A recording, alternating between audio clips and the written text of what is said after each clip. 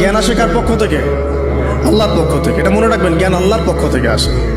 হ্যাঁ, জ্ঞান কখন আসবে? যখন আপনি পরিশ্রম করবেন, আপনার পরিশ্রম আল্লাহ পাক দেখবেন, আপনি ধারাবাহিকভাবে লেগে থাকবেন, আল্লাহর কাছে বেশি বেশি দোয়া করবেন, পাপ ছেড়ে দিবেন, গুনাহ ছেড়ে দিবেন, গুনাহমুক্ত অন্তর নিয়ে আল্লাহর কাছে কান্নাকাটি করবেন, আল্লাহ পাক ইনশাআল্লাহ ইলম দান করবে ইনশাআল্লাহ।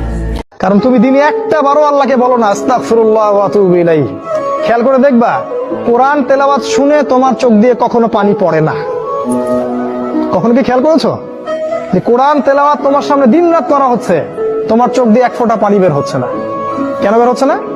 কারণ তোমার ভিতরে সেই পরিশুদ্ধ হৃদয়টা নাই, তাসকিয়া নূরটা নাই।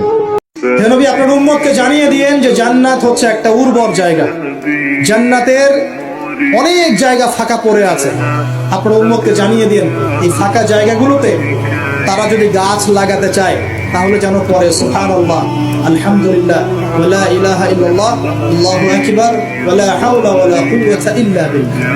তুমি অমুক পাওয়ার দেখায় একটা মানুষকে পিটায় মেরে ফেলে দিলা, অমুক পাওয়ার দেখায় একজনের সম্পদ কলমের খোঁচা দিয়ে দখল করে ফেলে দিলা, মনে করলো যে কেউ দেখলো না।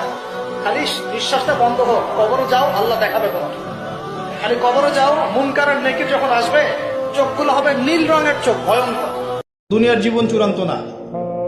দুনিয়ার জীবনের সবচেয়ে সুখী ব্যক্তিও জাহান্নামে গেলে বলবে সুখ কি জিনিস আমি জানি নাই। আর দুনিয়ার সবচেয়ে কষ্টে থাকা ব্যক্তি জান্নাতে গেলে বলবে দুঃখ কি জিনিস আমি জানি না।